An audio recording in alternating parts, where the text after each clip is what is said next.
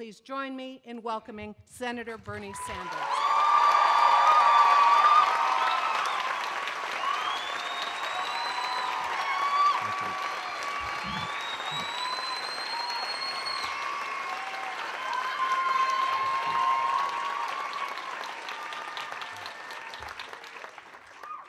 Let me begin by thanking President Collins for the invitation to speak today and to offer her congratulations on being named president of the new Northern Vermont University.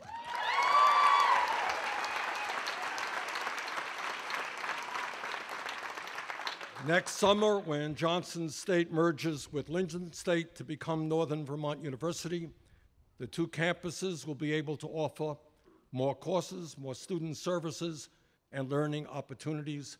And I'm absolutely certain that merger is going to be a great success for the students and for the people of the state of Vermont.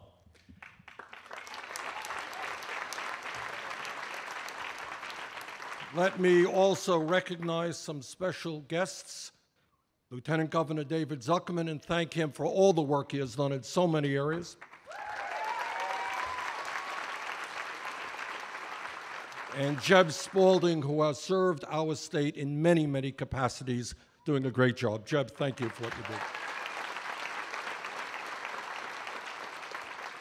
And I also want to recognize the faculty and the staff at Johnson State for the enormously important work you do and for making this college such an extraordinary institution. Thanks very much for what you did.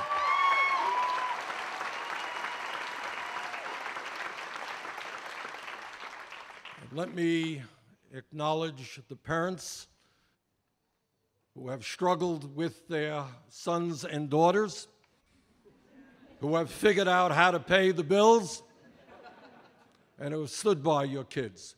Thank you for what you have done, but mostly today is the day of the young people.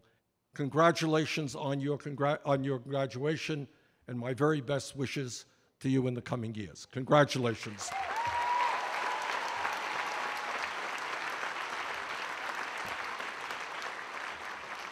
Let me also state on a personal note that Johnson State has been an important part of my family.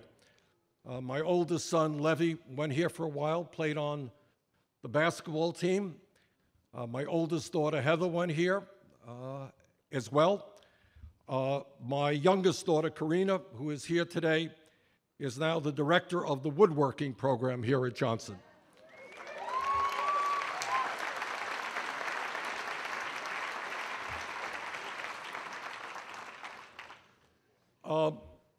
Let me cut to the chase. I think you didn't invite me here to tell you funny jokes. I don't have a great sense of humor. But to maybe give you a dose of reality. And my message to you is, I think, an important one, but not a complicated one. You as young people, and everybody here understands that we live in a pivotal and dangerous moment in American history. And nobody knows what the future will bring us. But I do not believe that I exaggerate when I say that the future of this country, and in fact the entire planet, whether we are talking about the very survival of democracy, whether we are talking about economic justice, where we're talking about social justice, racial justice, or global warming, and the future of our entire planet. That future is in your hands. It is in the hands of your generation, not only in this country, but all over the world. And I say to your generation, I beg of your generation, do not turn your backs on the struggles that are going on in this country today or around the world. And I say to you, if there was ever a time in history for a generation to be bold and to think big, to stand up and to fight back, Now is that time.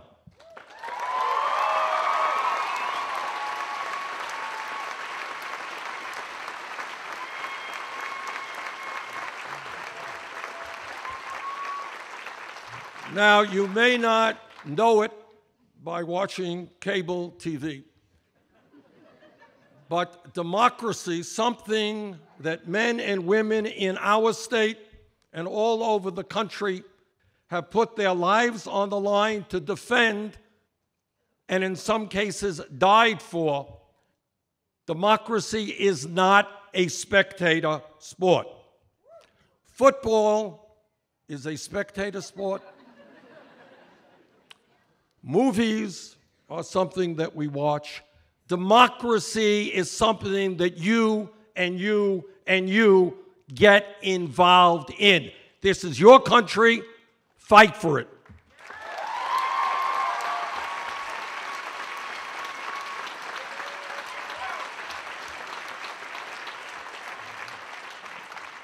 To paraphrase the great abolitionist Frederick Douglass, freedom is not given to anyone.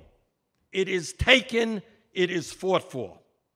This country and our planet today face enormous crises. I have no doubt that these crises can be successfully addressed if you become involved in the political process, if you are prepared to defend this country in every way. If you do that, if you roll up your sleeves and get involved, we will succeed.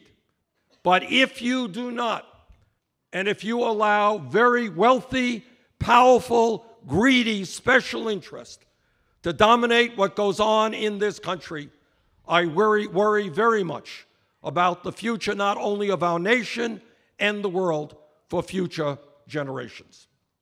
Now, let me tell you something that you're not going to see on TV and something that you're not going to hear from many other members of Congress. That's why they invited me here. And this is what my fear is. And again, it is not widely talked about, and the reasons why it is not are fairly obvious. My greatest fear about the future of our country, and in fact, the world, is that we are moving radically and rapidly in the direction of oligarchy. Do you all know what that means? What oligarchy means? What oligarchy means is where you have a small number of very wealthy and powerful people who control not only the economy, not only the media, what you see here and read, but also the political life of this nation. And this is happening not only in America, it is happening all over the world. Globally, the top 1% now own more wealth than the bottom 99% of the world's population. Globally, 8 individuals, 8 billionaires, own more wealth than half of the world's population, 2.7 billion people.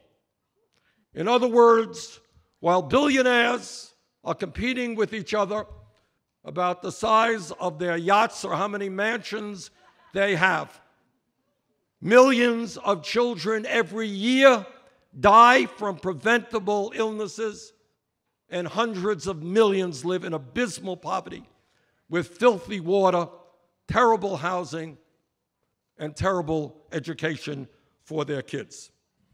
In our country, over the last 4 decades, there has been a massive shifting in wealth from the middle class to the top 1/10 of 1%, not 1%, 1/10 of 1%. Today, the top 1/10 of 1% now owns as much wealth as the bottom 90%. Today, the top 1% earns more income than the bottom 52%. So what we are seeing is a nation in which the very, very rich get richer Middle class continues to shrink, and 43 million people, many of them here in Lamoille County, all over our state, live in poverty and in some cases, desperate poverty. The problem, though, is not just economic injustice. The problem is not just a rigged economy. The problem is not just that 6 multinational media conglomerates control 90% of what we see here in Reed. The problem is also a corrupt political system in which big money interests are able to spend hundreds and hundreds of millions of dollars from a handful of families to elect candidates at the federal and state levels who end up representing the wealthiest and most powerful people in this country. Just the other day, 2 days ago, I was in a committee markup where we deal with legislation. And I introduced an amendment that would lower the cost of prescription drugs in this country, one of the major problems that we have. People cannot afford the outrageously high prices from the pharmaceutical industry. And one of the people sitting at the hearing got up and he gave this long speech about how terrible my amendment was, et cetera, et cetera. And in 5 minutes' time, you find that this particular guy got $750,000 in campaign contributions from the pharmaceutical industry. And on it goes, whether it's the fossil fuel industry, whether it's the insurance companies, whatever it may be, whether it's Wall Street. Huge amounts of money come into Congress to buy candidates who will do the bidding of very, very powerful special interests. And in case you don't understand what the agenda is, why do these people spend so much money to elect candidates? What do they want?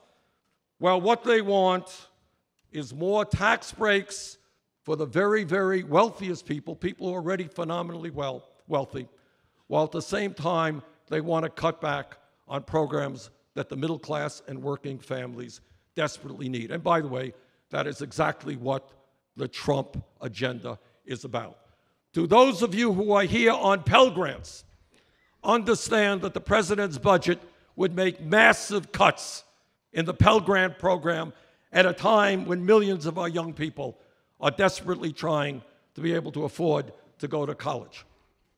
For those of you who are struggling with health care, the recent health care proposal passed by the House would throw 24 million Americans off of health insurance, cut Medicaid by $800 billion over a 10-year period, defund Planned Parenthood, denying 2.5 million women access to their health care choice, raise premiums for older workers. Oh, and by the way, just in passing, it provides $300 billion in tax breaks for the top 2%.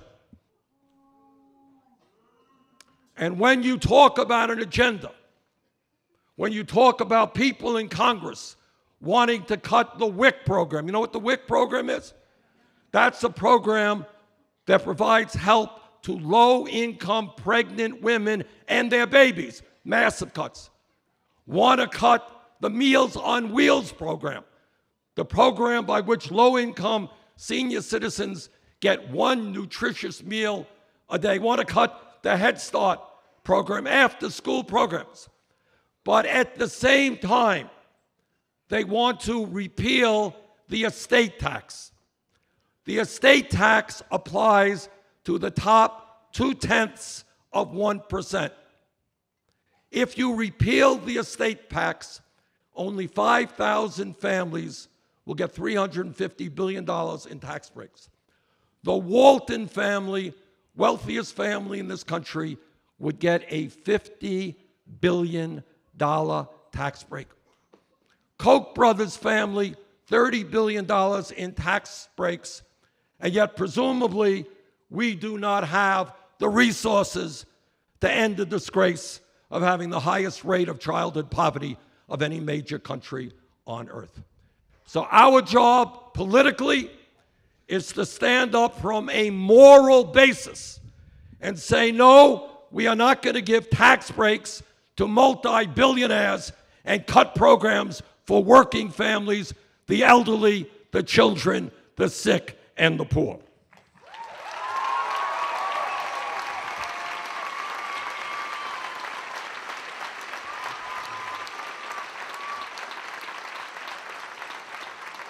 But I say to the young people, it's not only important that we fight back, it's important that we think big and have an ambitious agenda trying to develop the country that we know we can become.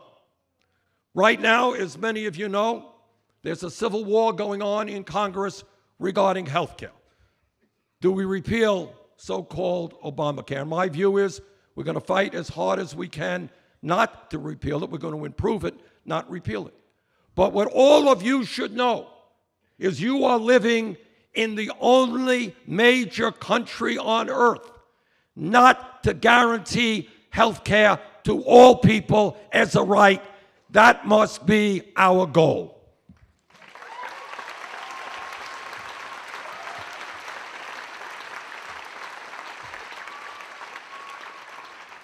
And that is why I will soon be introducing a Medicare for all single-payer program.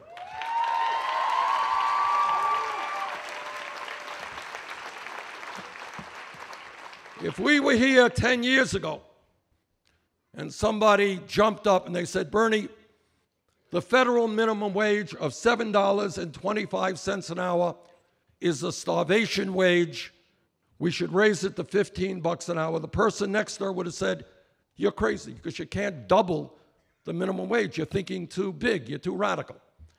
And yet, because of the courage, and this is how change takes place, this is how you can make change. Because of the courage of workers in the fast food industry who went out on strike and who told the country, working at McDonald's or Burger King, they can't make it on $7.25 or $8 and $9 an hour. As a result of their efforts all over this country, there is legislation pending, legislation that has passed, and I'm going to introduce legislation in Congress to raise the minimum wage to a living wage, $15 an hour.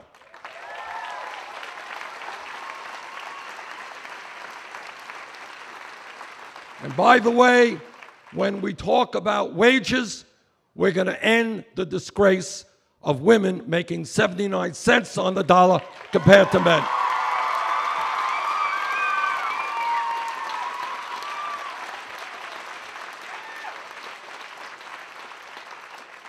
And here is another issue that should be of interest to the students and the parents and the faculty and staff here today.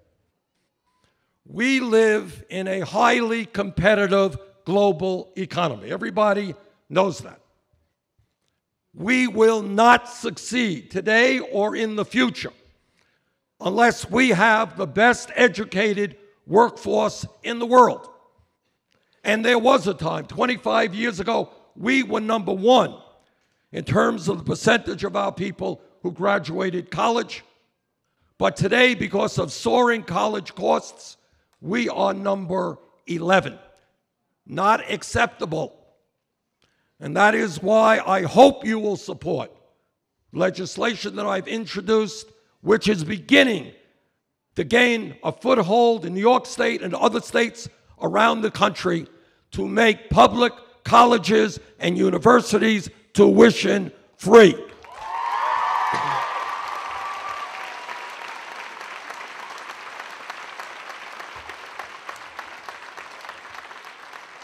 And in addition, to end the outrageous level of student debt which exists in this country right now.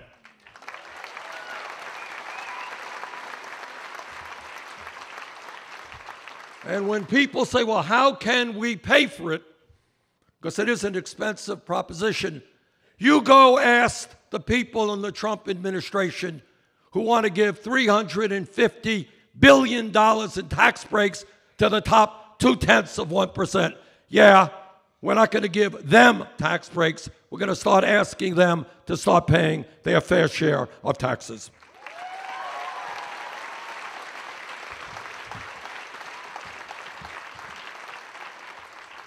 Last point, where we need your help desperately, and in the midst of bad news, there is also a lot of good news.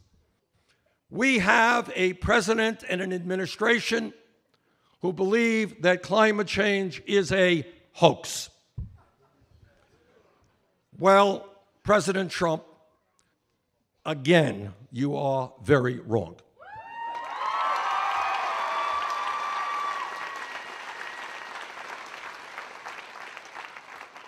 Climate change is not a hoax.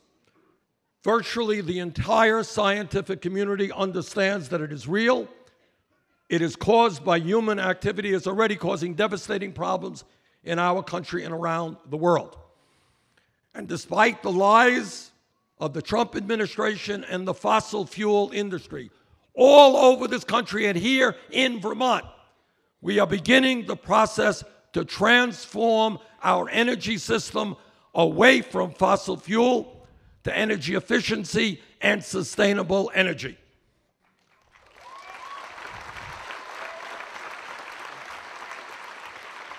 We are making progress, but we have much more to do.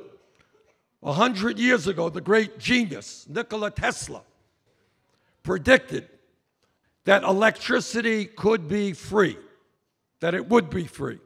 We are moving in that direction, but we need your help. Solar now is the cheapest form of electrical generation in the world. Price of solar panels plummeted by 80% in the last decade. Iowa gets 40% of their electricity from wind. Texas is producing some of the cheapest electricity in this country from wind. We are making progress, but for the sake of our kids and our grandchildren, and I have 7 beautiful grandchildren, we have got to stand up to the fossil fuel industry, this administration, and tell them that the future of our planet is more important than the short-term profits of the coal industry or the oil industry.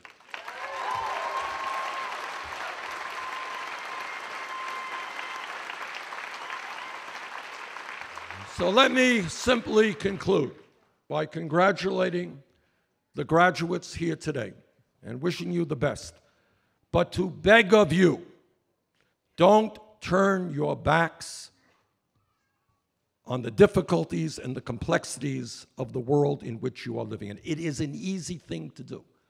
You can throw your hands up and say, it's all crazy, it's horrible, I don't want to get involved. You don't have that option. We are fighting for the future of this country in very fundamental ways, and if you want your kids and your grandchildren to be living in a planet that is healthy and habitable, you just cannot look away. You have got to be involved. This is your country. Get involved, and let us together create the kind of nation that we all know we can become.